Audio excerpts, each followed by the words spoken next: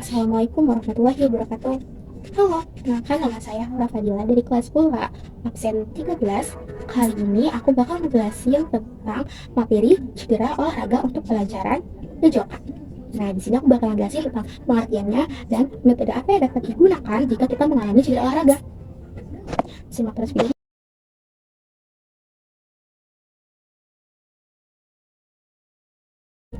Nah, selanjutnya yang kedua itu ada ice atau kompres es.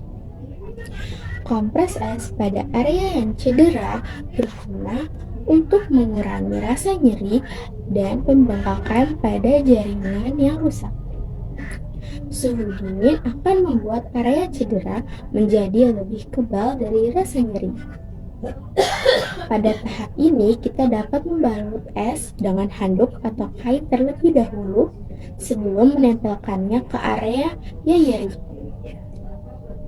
Hal ini dapat digunakan untuk menghindari radang dingin atau kerusakan jaringan tubuh akibat suhu yang terlalu dingin. Kompres bagian luka dengan es selama 10 menit, lalu lepas selama 10 menit lagi, dan ulangi siklus tersebut selama 24-48 jam sejak mengalami cedera. Yang ketiga, ada compression atau berikan sedikit tekanan. Pada tahap ini, kita dapat melakukannya dengan cara memberikan sedikit tekanan yang merata di area cedera dengan menggunakan perban atau pembalut yang elastis. Cara ini bertujuan untuk mencegah area yang cedera mengalami pembengkakan. Meskipun demikian, hindari untuk mengaitkan perban terlalu kencang karena dapat menyebabkan gangguan aliran darah yang sangat dibutuhkan oleh area cedera. Nah, jika perban terlalu kencang pada menekan daerah yang cedera, tandanya akan memunculkan rasa kesemutan, kebal terhadap sentuhan, dan terasa sedikit lebih dingin. Yang keempat, itu yang terakhir, yaitu ada elevation atau mengangkat bagian yang cedera. Mengangkat bagian yang cedera meminimalisir kita untuk terjadinya pembengkakan yang lebih lanjut dan membuat cairan terserap dari area yang mengalami cedera. Misalnya jika mengalami cedera pada bagian kaki, maka teknik elevasi yang tepat yaitu dengan meletakkan kaki dengan lurus dan diganjal dengan bantal, atau ketika duduk di sofa bisa juga di tempat tidur. Jadi kayak ini kaki itu ini kayak kita ganjal gitu pakai bantal supaya kaki ini tuh ada sedikit lebih terangkat gitu.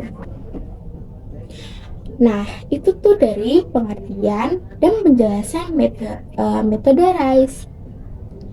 Kali ini aku bakal ngejelasin kapan sih metode RISE ini dapat digunakan. Nah, sayangnya metode ini tuh gak bisa digunakan dalam segala cedera yang kita alami. Jadi kita cuma bisa doang pada cedera-cedera yang masih efektif untuk dilakukan pengobatan di rumah. Jadi kayak misalnya itu contohnya yang bisa digunakan pada metode itu ada keseleo, terkilir, memar, dan cedera lainnya pada jaringan halus. Cedera yang dapat diatasi dengan terapi RISE biasanya disebabkan oleh terjatuh ataupun gerakan yang tidak lazim. Nah, cara mengangkat benda yang salah atau gerakan memutar secara tiba-tiba juga dapat digunakan. Nah, selanjutnya aku bakal ngejelasin tentang kapan sih metode ini tuh dapat digunakan. Nah, sayangnya metode ini tuh cuma dapat digunakan pada waktu-waktu tertentu atau pada cedera yang masih bisa memungkinkan kita untuk melakukan pemulihan tuh di rumah. Kayak misalnya itu ada keseleo, terkilir, memar, atau cedera lainnya pada jaringan yang halus.